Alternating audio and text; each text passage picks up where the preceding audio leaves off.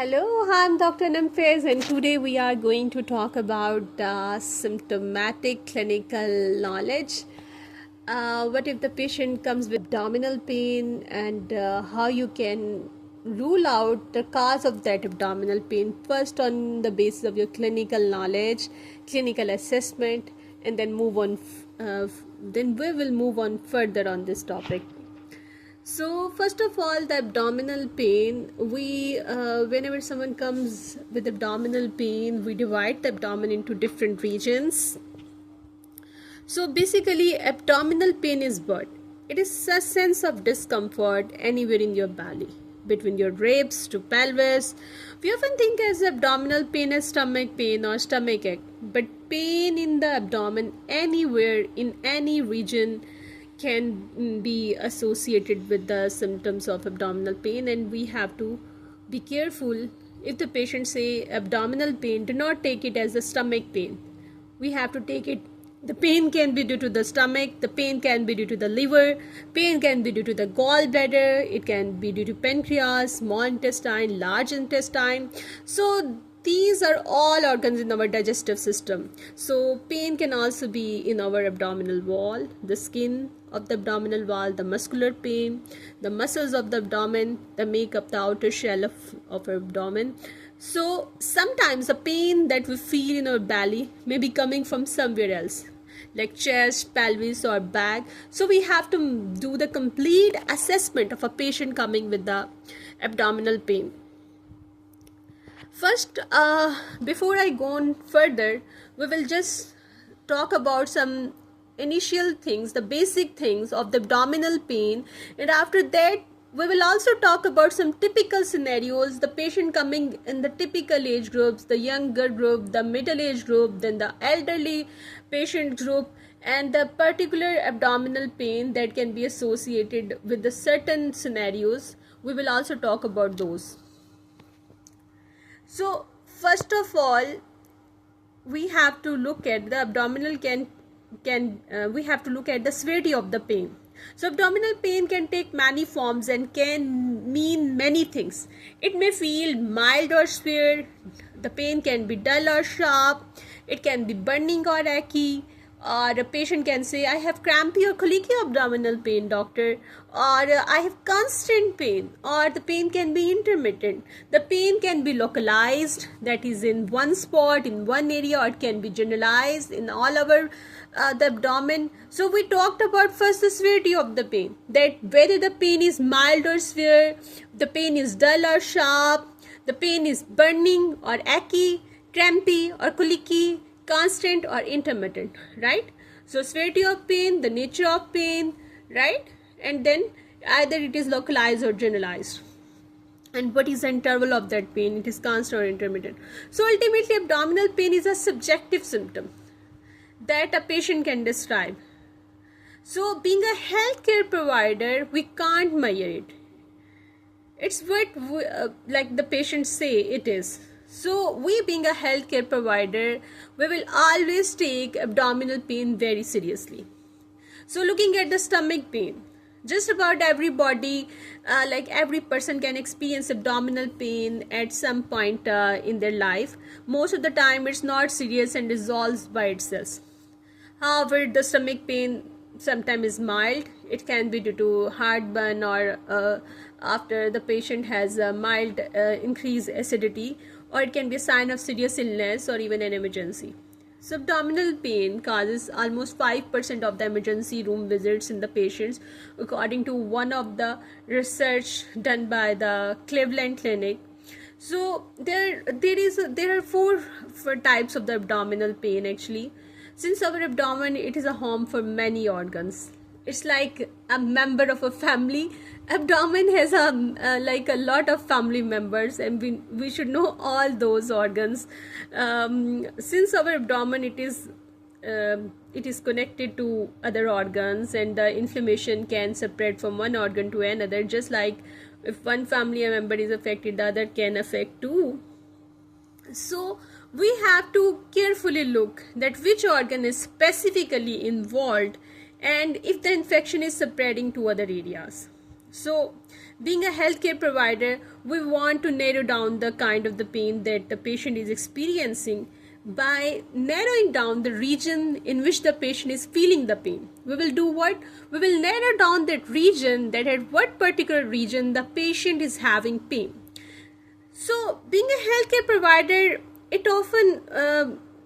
we often divide the abdomen into 4 quadrants or 4 parts. We ask whether you have pain in the upper part or lower part. Upper abdominal pain is our belly button region, above the belly button region. Lower abdominal pain means the lower the belly button. Then we divide the right upper quadrant and left upper quadrant.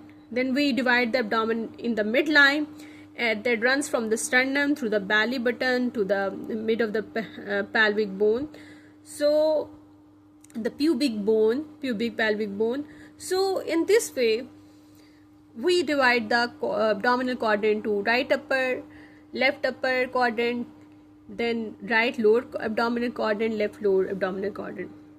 So abdominal pain location tell us is an important clue to our abdominal pain is the location, as I said earlier. So location is an important clue to the abdominal pain. Though it's not the only factor, it may indicate which organ are involved. For example, pain in the upper right quadrant may indicate a problem with the liver or gallbladder. However, if the patient is elderly and the patient has some specific history and the pain is in the left lower quadrant, then we can consider as well diverticulitis if the patient is having fever with this case. So there are many scenarios, so we can correlate accordingly. Like if the patient is presenting with the pain in the right lower quadrant, then we suspect if the patient has meeting the certain criteria for appendicitis, then we make it that the patient is having acute appendicitis. We arrange for appendectomy. So similarly, there are possible causes of the abdominal pain. So we must know in which quadrant of the abdomen which organ is lying. If we talk about the right upper quadrant, the liver, gallbladder, bile ducts, kidney lie in that area. Then left upper quadrant, there is stomach, pancreas, spleen, and left kidney. Then we talk about then in the lower right quadrant, there is appendix, specifically lower left quadrant, diverticulosis and diverticulitis of the colon, as I said earlier. So now the patient doesn't know. The patient comes to you and say, "Doctor, dear doctor, why does my stomach hurts?" So there are numerous reasons for that abdominal pain. It may be related to digestion, it may be related to some injury, infection, or some disease. It can also come from an organ inside or from the muscle or skin in the abdominal wall. It may have separated from somewhere else nearby. So being healthcare provider, the patient will ask us about the detail of that issue. The patient can ask detailed questions about the pain. So being a healthcare provider, we will ask the patient detailed questions about the pain the patient is having to determine the cause, that how bad it feels doesn't necessarily indicate how serious it is. So sometimes as the patient about the severity of the pain, but that pain is subjective. So sometimes as the patient tells about the severity of the pain, it is a subjective thing. So some common transient condition can be intense, some life-threatening condition may feel mild. This is very important line. So some common transient conditions can be intense and some life-threatening condition may feel mild. So what are the most common causes of the abdominal pain? Most causes of abdominal pain are temporary and not serious. They may have to do with digestion. They can be due to menstruation issues, or they can be temporary infection. Talking about the digestive issues, it can be indigestion, gas or gas pain, constipation, diarrhea, food allergies and intolerances can also cause pain in the abdomen, or the patient can also have food poisoning. So if we think about the inflammation, then the patient can have irritation or infection in any of the organs, and this irritation or infection in organs can cause temporary inflammation, such as viral gastroenteritis that we call stomach flu, that can cause inflammation. Then peptic ulcer disease can cause inflammation. chronic acid reflux that we call gastroesophageal reflux disease that can cause inflammation, then UTI, that is urinary tract infection. If we think about the female reproductive organ that also lies in the abdomen, so abdomen is the house of all the important organs. So the females can have ovulatory pain or menstrual cramps.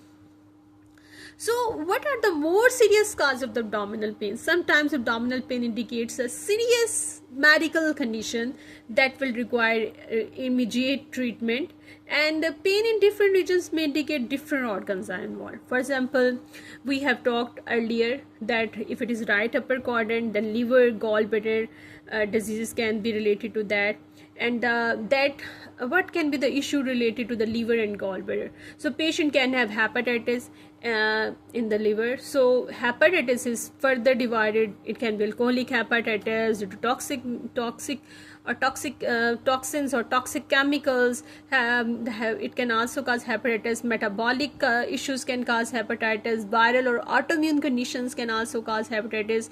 In countries like ours, like underdeveloped countries as in Pakistan, we mostly have patients with viral hepatitis, Hep B, Hep C, and if the woman is obese, then you have to look at the scenarios accordingly. If the women have the disease, like if the woman has gallstones, woman is obese. If the woman is obese, then woman can have pain due to gallstone as well. Woman is having 5F, female, 40, fertile. There are 2 other Fs. So in this way, we see the typical things that match our scenario, and then we make the diagnosis with the symptoms. That's why if someone tells us the symptoms, we cannot diagnose a case unless we see the patient, because we have to see other factors that we are considering while we are making our diagnosis. So the patient can have cholecystitis, gallbladder inflammation that can cause pain and the other symptoms, then bile duct cancer, bile duct stones, bile duct strictures, and gallbladder cancer, then liver cancer. There are some of the few things that are important we have to keep it in mind. And then there is right kidney, then the patient can have kidney infection, kidney stone. Patient can have the duodenum, also part of duodenum lies in the right upper quadrant. The patient can have duodenal ulcer, a large ball obstruction. So we have to narrow down after ruling out each and everything. If we look at the left upper quadrant, then the left upper quadrant we have to look at the stomach, pancreas, spleen, and kidney. Although the left kidney is in the back of the abdominal cavity and our heart and lung are right above it, still we have to see the patient, because the patient often put his or her hand on the back just behind the left upper quadrant or the right upper quadrant for the kidney stones or like that, and sometimes the patients point out that the pain is radiating. So in each and every organ case, in each scenario, the pain sometimes is radiating and non-radiating. The pain can be dull or crampy. So all these things we have to keep it in mind. For example, when we will discuss the scenario, we will see that a patient who presents with the pancreatic pain, the pain radiates to the back. So upper left quadrant pain, it can be due to inflamed pancreas, pancreatitis, pancreatic cancer, due to enlarged spleen, that is splenomegaly. The patient can have pain due to gastritis. So these are all the organs which are in the left upper quadrant. Patient can have stomach ulcer, bile reflux, stomach cancer, kidney infection, kidney stone. So this is all we have to keep in mind. But pain in the epigastric region, that we also have to think in mind when we are talking about left upper quadrant. When we are talking about the left upper quadrant or epigastric region, the patient can have pain due to heartburn, due to pain due to heart condition, that is angina. Patient can also have non-cardiac chest pain or muscular pain. Patient can have pain due to myocardial infarction, that is heart attack. There can be pericarditis. So in pericarditis, there is a specific symptoms that when the patient leans forward, the pain reduces or increases. You have to catch all those points, that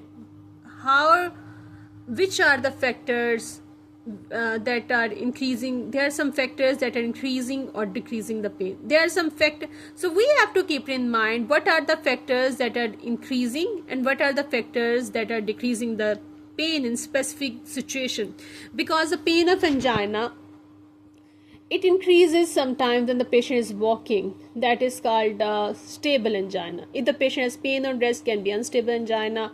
Similarly, heartburn pain increases when the patient is eating food or just before food. That is duodenal ulcer and stomach ulcer. There are differentials for that. Then the patient's heart attack, patient can have sweating and other symptoms. If the patient's pericarditis, then you can hear the scratchy sounds, and you can see here the on auscultation you can hear the muffled heart sound. If the patient has pneumonia, you can go for the chest x-ray. On the chest x-ray you will see that the lobar pneumonia, some infection is there. If the patient pleurisy, you can again listen the scratchy sounds, and that scratchy sound is like when you rub your hand, you listen the scratchy sound. So if the patient has pulmonary embolism, you can have the symptoms. You can assess the patient will be having hypoxia, lower saturation, tachypnea, tachycardia. So this is all about, we were talking about left upper quadrant epigastric pain. If we come to the lower abdominal region, it has also varied diagnosis. Right upper quadrant, we've previously talked about right upper quadrant, left upper quadrant. Now we are talking about right lower quadrant, left lower quadrant. So in the lower abdominal region, most of the patient they can come with the irritable bowel syndrome or functional dyspepsia, inflammatory bowel disease, that is Crohn's, and ulcerative colitis. All of these have further differentials. Patient can have large or small bowel obstructions, small intestinal cancer or colon cancer. Similarly, patient can have abdominal aortic aneurysm, peritonitis. So peritonitis, you know how to diagnose that. Abdominal aortic aneurysm, you can diagnose that. If you are expert, you know the differentials. Patient can have mesenteric lymphadenitis, and due to lymphadenitis, patient can have pain. Then patient can also have intestinal ischemic syndrome, that is mesenteric ischemia. So patient can also have hernia, patient can also have pain in the lower abdomen due to kidney stones, because the pain of that goes down the, it radiates towards lower abdomen. So first we will talk about the digestive issues before I proceed about the typical situation, typical scenarios. And I will ask you, once I teach you all this, once I teach you this abdominal pain and specific cases, I will try my best to help you out to understand the topic of abdominal pain. But after that, I will give you a few of the scenarios in this podcast, so you may know that are you able to diagnose that case or not. So I hope I can help you best through my podcast. So let's go towards the digestive issues. A patient who come with the indigestion. So common occasional indigestion is common. It's not a serious issue. Sometimes people do overeating due to which they can have indigestion. So if a patient come with indigestion, patient will have a stomach ache, especially after a large meal. So we being a primary care provider, we being a physicians, we can do what?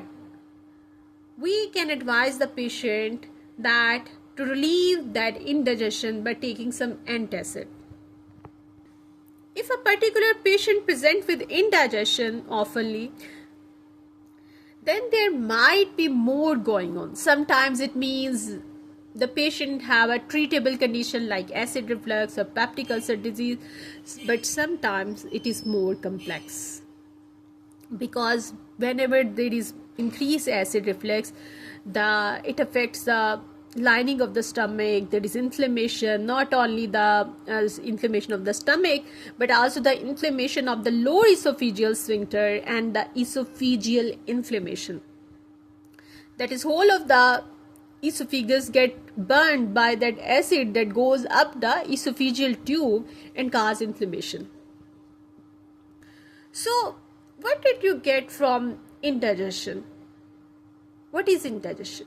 So indigestion is actually a sensation of pain or discomfort after eating while stomach is digesting food. The patient can say, when I eat food, when I'm eating food. The patient can say, when I'm eating food, my stomach hurts, my stomach burns. So for indigestion, the healthcare providers also use the word dyspepsia, which means the same thing, that is impaired digestion. So if a patient comes to you in the OPD or emergency and the patient says, doctor, dear doctor, I have stomach ache or upset, my tummy is upset, specifically after eating, so it means there is some issue in the digestive process. The digestion is not going well. It's not going The digestion is not going quite right. So it's not always a problem with the body, though sometimes just mean the patient ate the wrong thing or ate too fast. So it's not just about the problem with the body. So this is very important line. But it can be the issue with the pattern with which they eat. Sometimes the people overeat, or they eat too fast. So it can also cause the indigestion. Almost everyone has experienced occasional indigestion in his or her life, but for some people it's a daily occurrence that diminishes their quality of life. When indigestion becomes a significant problem, you may find yourself seeking healthcare for answers and relief. You don't know that why it is happening. So most of the patients, they do not walk, they do not have healthy choices for the food, they don't have good eating patterns, they don't chew their food properly, or they overeat. So you have to rule out all this.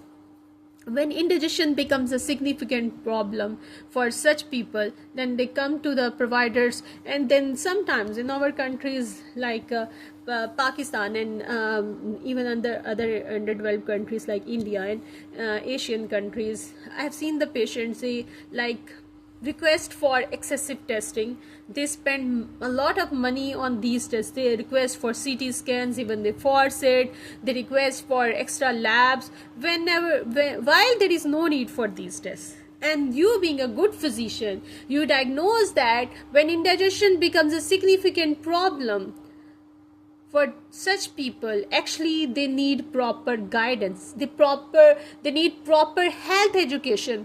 You have to spend some time being a healthcare provider to guide them that what should they eat, how should they eat. If they should not have sedentary lifestyle, they should do daily walk, daily exercise, and what should be their eating pattern, what should be their eating choices. So this is all that comes under your responsibility. But sometimes there can be an underlying gastrointestinal disease that needs treatment, but sometimes there is no simple explanation for these symptoms. So for a patient who comes with the indigestion, the patient may involve several different symptoms of indigestion, but it always involves some level of abdominal pain or discomfort. And indigestion symptoms always occur after eating, when the stomach is full and digesting. So this is important to keep it in mind. So for a patient who comes to you and say, I have epigastric pain, epigastrium is located in the center, in the upper abdominal region. That is where the stomach is. The patient can say, I have burning sensation, that indicates the patient can have inflammation, or patient can have early or late lasting satiety, feeling too full very soon after eating or long after, suggesting that the stomach is overwhelmed. So sometimes patients also come to you and say, oh dear doctor, I have bloating, I have gas or nausea, burping, regurgitation, heartburn, acid reflux. So this is very important to keep in mind. Sometimes we, being a physician, we make a mistake that we consider that it is a stomach pain and we discharge the patient on antacid, and we don't look for that patient can have atypical chest pain, it can be heart attack, it can be MI. So sometimes a heart attack can masquerade as indigestion. So seeking medical attention right away if the indigestion is accompanied by sweating, shortness of breath, or tight, clenching, feeling pain in the patient upper abdominal pain. So please keep in mind that you have to request immediate ECG, and always give some time to your patient to rule out such situations if you are suspecting anything that is not related to indigestion. So indigestion, how long does it last? For some patient, it takes 3 to 5 hours for a stomach to digest a meal before passing to the intestine. During that time, the other organs like pancreas, gallbladder, bile, and these stomach, they are all working and releasing enzyme to help with the digestion. So always try to ask some questions from your patient, that what are their eating habits, to know well that how, if they have some comorbid condition, and what is their perception of pain and discomfort, to know better about their issues and to treat them well, so that you reach at the patient mental level, and to counsel them better and to guide them in a good way and give them medicines that can help them better. And you can, after assessing the patient's psychological need and assessing the patient's actual level of pain, and after digestive system functioning, you would be able to guide the patient in a better way.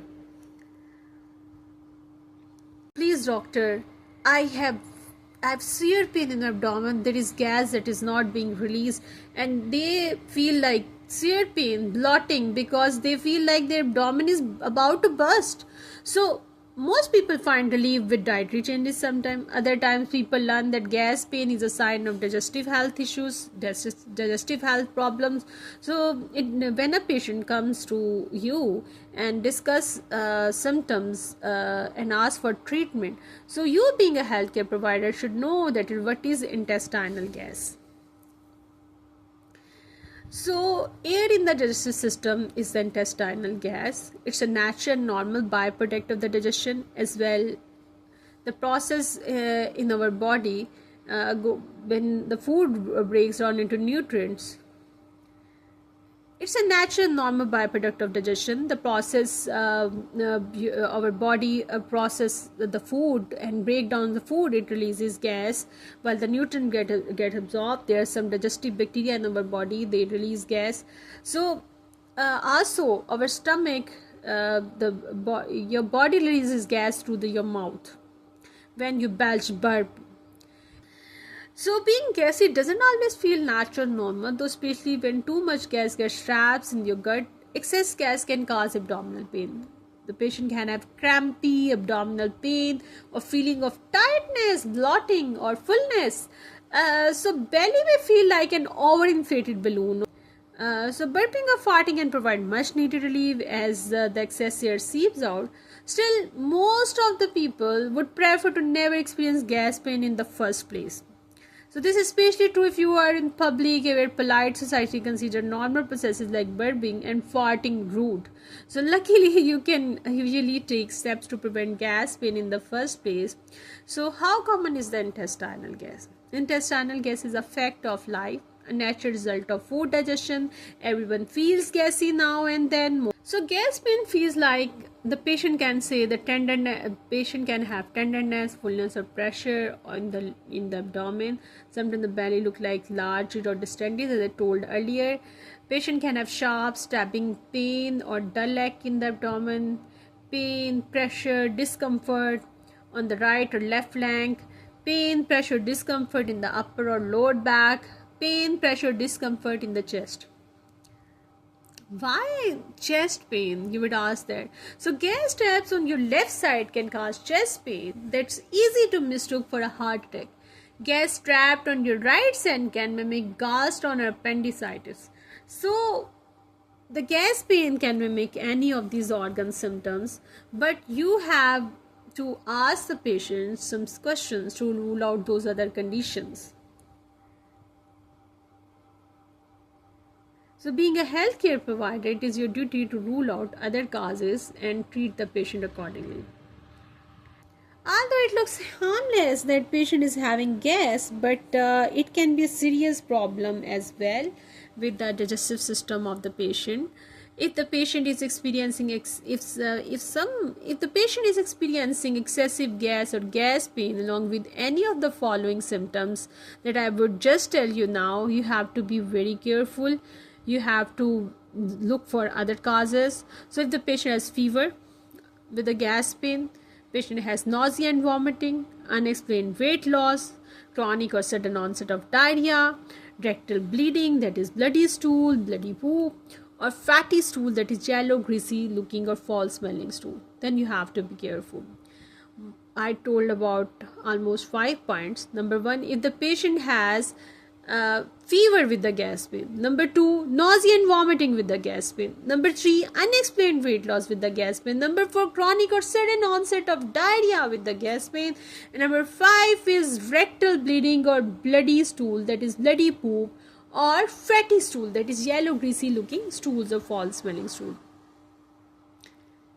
So actually when the digestion is happening, the food is breaking down and nutrients are being absorbed. In this process where the food is breaking down for energy and that nutrients are being absorbed, there is a byproduct, and that byproduct is a gas, as I explained earlier. So this process is responsible for most of the gas in the abdomen. It's not a medical issue for most people, but it can feel especially worrisome if you have excess gas, if you have foul smelling gas or gas pain. So you are swallowing, it can be due to either of the reasons that I would just mention. Either you are swallowing too much air, you may be gulping in too much air while chewing or drinking. The people who chew more, who keep on gulping more air while walking, talking during meals. So that's why we say whenever you are eating your food, don't talk. So talking during meal can cause you to swallow more air. So can chewing gum, sucking hard candies, smoking, and wearing loose fitting dentures. So the other reason can be you are consuming too many gassy products. Many foods that make gassy are good for you. The downside is that they can cause gas and sometimes gas pain. Culprits include beans, potatoes, corn, onions, apples, and high fiber foods in general. So culprits of the gassy foods are beans, potatoes, corns, onions, apples, and high fiber foods in general. And there are some others as well. Food high in sulfur like proteins, cruciferous vegetables like cauliflower, cabbage, and broccoli are usually the cause of foul smelling gas. So if you have an infection, infection in the intestine can cause an overgrowth of the bacteria that make gas. So these bacteria, the overgrowth of these bacteria make you gassy. So an overgrowth of bacteria in the small intestine is called SIBO, small intestinal bacterial overgrowth, can lead to excess gas. Bacterial overgrowth can cause other symptoms like diarrhea, weight loss that require treatment. So the patient can have a digestive symptom condition like irritable bowel syndrome, celiac disease, lactose intolerance.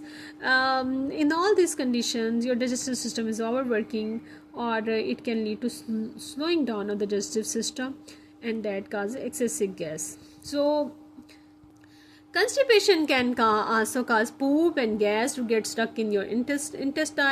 Then if you are taking a medicine that slows your bowel, that can also cause gas to stays in your digestive system, because the digestive system that moves more slowly creates more of an opportunity for gas to build up in the gut. So certain digestive system conditions that cause slowing of the bowel, or certain medications then can cause the gas to stay there in the intestine and to move slowly. So for a patient who presents with a pain in abdomen, you suspect the patient has gas in abdomen, they may ask you that, then you being a physician have to ask the patient if there are certain foods that the patient is taking, if there are certain drinks that the patient is taking that can be gassy, that can make the patient. You can also ask the patient to make a food diary and bring to you, so that you may know what food the patient is taking through the food diary, and you can advise the patient accordingly to reduce that gas production. So what tests can we do in this situation? We can do blood test, like in case if we are suspecting, like for celiac disease, we can do breath test for lactose intolerance or abnormal bacterial overgrowth in the small intestine. We can do colon screening for flexible sigmoidoscopy.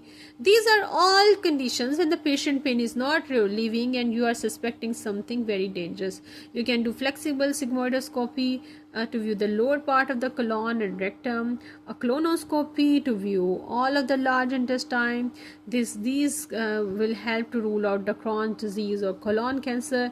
You can request the patient to do food elimination, certain dairy products or things that I mentioned earlier, to take less of the sugar, to take less of the milk, to avoid lactose intolerance. So food elimination sometimes also helps a lot, and we have to do the complete sometimes gastrointestinal tract examination.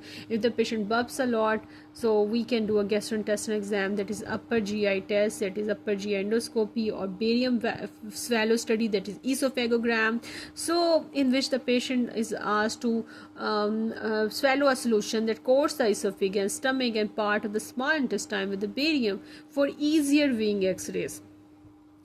So you can help the patient on the with the over-counter anti-gas medication. In such situation, we also try to find cause at what's causing the gas issue in this patient. So sometimes the cause remains a mystery, but even if there are unclear answers, you can still receive treatments. You can still provide treatments that can relieve the patient's issue. So always if the patient comes with a gas pain, request your patient to change the eating habits and drinking habits, like cut back on high fiber food, reduce or avoid carbonated, that is fizzy drinks, cut back on dairy products, try the low FODMAP diet. The low FODMAP diet, it substitutes carbohydrates that are difficult for our body to break down with more easily digestible alternative. It also recommends alternative for sugars like lactose, fructose, artificial sweeteners that can be tough on your gut. So it can help eliminate gas pain without sacrificing nutrient intake. So what is the FODMAP diet? So dietitians and nutritionists always know that what is FODMAP diet. We will make you can Google it, or low I can tell you a little bit. Low FODMAP diet is like it includes vegetables, fruits, dairy alternatives, some protein sources, bread and cereals, sugar, sweeteners, nuts. Actually, the FODMAP are fermentable short chain carbohydrates, which are more difficult for people to digest. The low FODMAP diet temporarily restricts these carbohydrates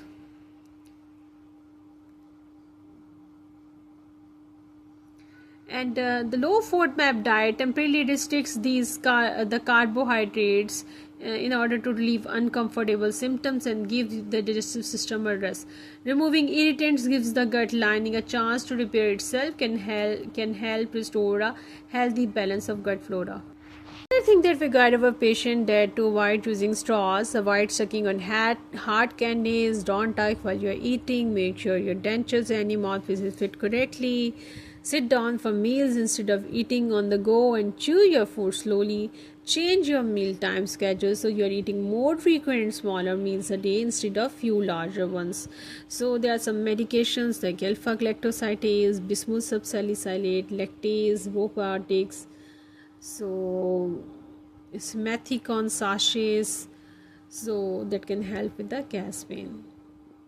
Then we talk about the constipation. Patient can also present with the constipation and have abdominal pain. These patients who have constipation have fewer than 3 bowel movements a week. It's technically the definition of constipation, that is having fewer than 3 bowel movements a week.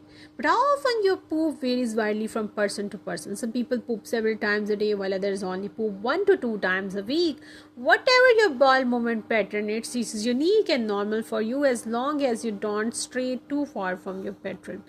So, regardless of your bowel pattern, one fact is certain. The longer you go before you poop, the more difficult it becomes for poop to pass.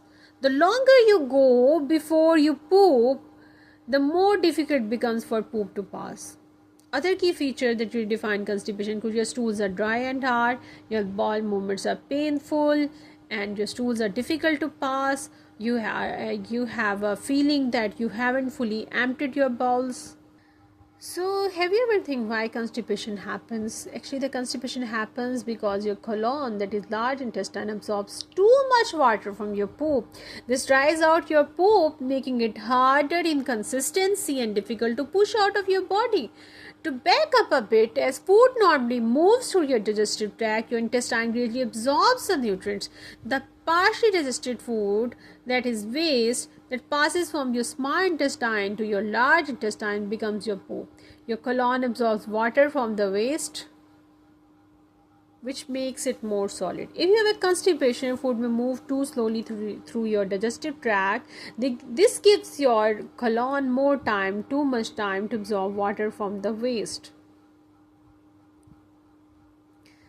The stool becomes dry, hard, and difficult to push off. So there are certain lifestyle factors. There are certain lifestyle factors that can cause constipation, like not eating enough fiber, not drinking enough water, that is dehydration, not getting enough exercise, changes in your regular routine such as traveling or eating or going to bed at different times, consuming large amounts of milk or cheese. Sometimes stress can also cause constipation. Resisting the urge to have a bowel movement can also cause constipation. So there are some strong pain medicines that can cause constipation, like narcotics, opioids. There are some NSAIDs can also cause increased constipation.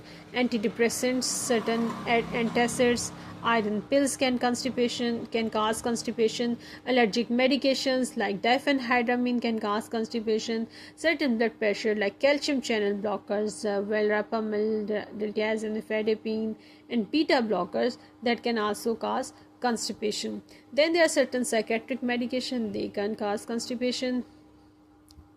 Anti-seizure medication can cause constipation, and anti-nausea medication can cause constipation. There are certain medical conditions like hypothyroid patients have constipation, diabetic patient can have constipation, patient with uremia, patient with hypercalcemia can have constipation, patient who have colorectal cancer can have constipation, patient with cirrhosis can have constipation, patient with irritable bowel syndrome can have constipation, patient with diverticulitis can have constipation, and patient with outlet dysfunction constipation can also present to you. In the outlet dysfunction constipation, this is a defect in the coordination of pelvic floor muscles. So these muscles support the organ within your pelvis and lower abdomen, and they are needed to help release the poop. And when there is defect in the coordination, whenever there is discoordination of your pelvic floor muscle, then it causes outlet dysfunction constipation.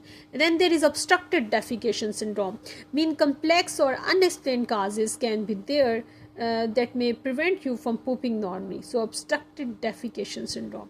Sometimes there is intestinal pseudo obstruction, in which the motor system in your colon can become temporarily paralyzed, that is paralytic ileus or Ogilvie syndrome, OGILVIE syndrome, Ogilvie syndrome. Neurological disorders like spinal cord injury, multiple sclerosis, Parkinson disease, stroke, these all neurological condition can cause constipation.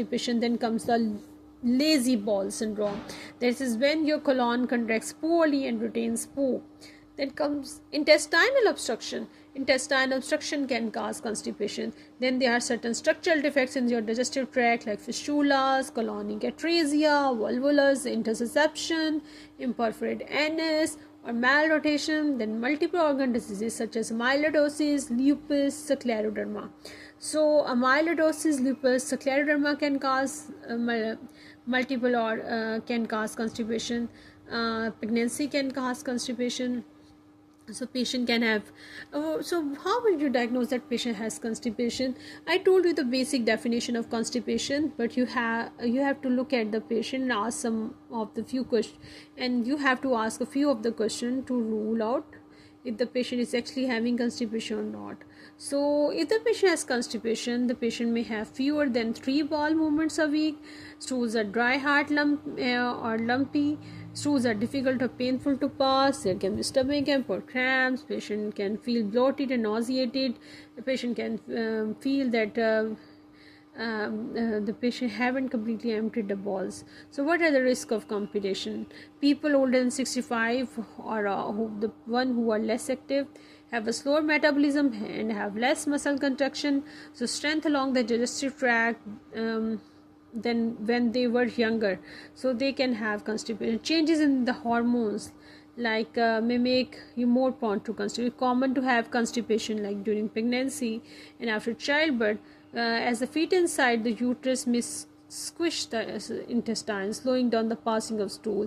Not eating enough high fiber diet. Fiber keeps food moving through the digestive tract, so taking certain medications and certain digestive issues and disease of brain and spinal cord. This is all. You should be careful if you have some irrelatable issues. If you are thinking that you're losing weight, you have blood with the constipation, or there are other signs and symptoms, then you should be worried to go for further tests, but only if your health care provider advises.